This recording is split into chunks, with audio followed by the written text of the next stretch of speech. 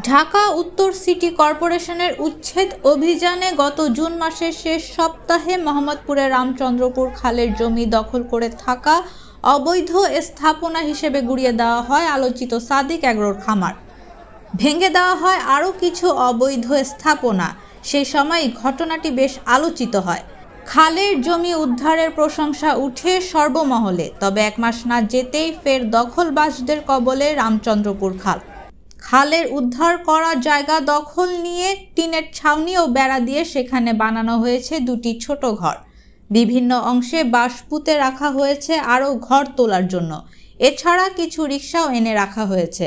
খুলে ফেলা হয়েছে গণপূর্তের নোটিশ বোর্ড, যেখানে উল্লেখ ছিল এই খালের অংশটি সরকারের খাস জমি। মঙ্গলবার একটি ঘরের দরজায় ঝোলানো ছিল বিএনপির সাইনবোর্ড। এই বিষয়টি প্রকাশ্যে আসার পর তা ঘর থেকে সরিয়ে নেওয়া হয়েছে ব্যানারটি।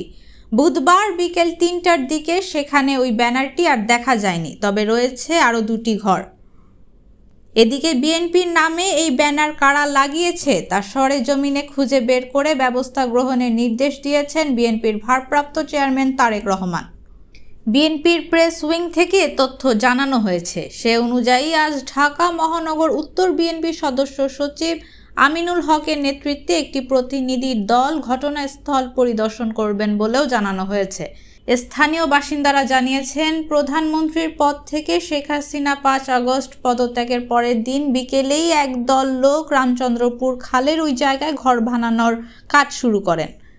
রাতের মধ্যেই বাঁশের অবকাঠামো দিয়ে টিনের দুটি ঘর তৈরি করা হয়। এরপর সেখানে বিএনপির ব্যানার টাঙিয়ে দেওয়া হয়, তবে বুধবার সেখানে আর ব্যানারটি দেখা যায়নি।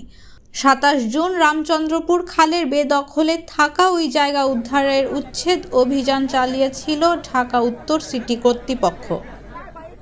অভিযানে আলোচিত সাদিক এগ্রোর অবৈধ অংশ ভেঙে দেওয়ার পাশাপাশি খামারের পেছনে খালের জায়গায় থাকা অবৈধ কিছু টিনের ঘর ও রিকশা গ্যারেজও উচ্ছেদ করা হয়।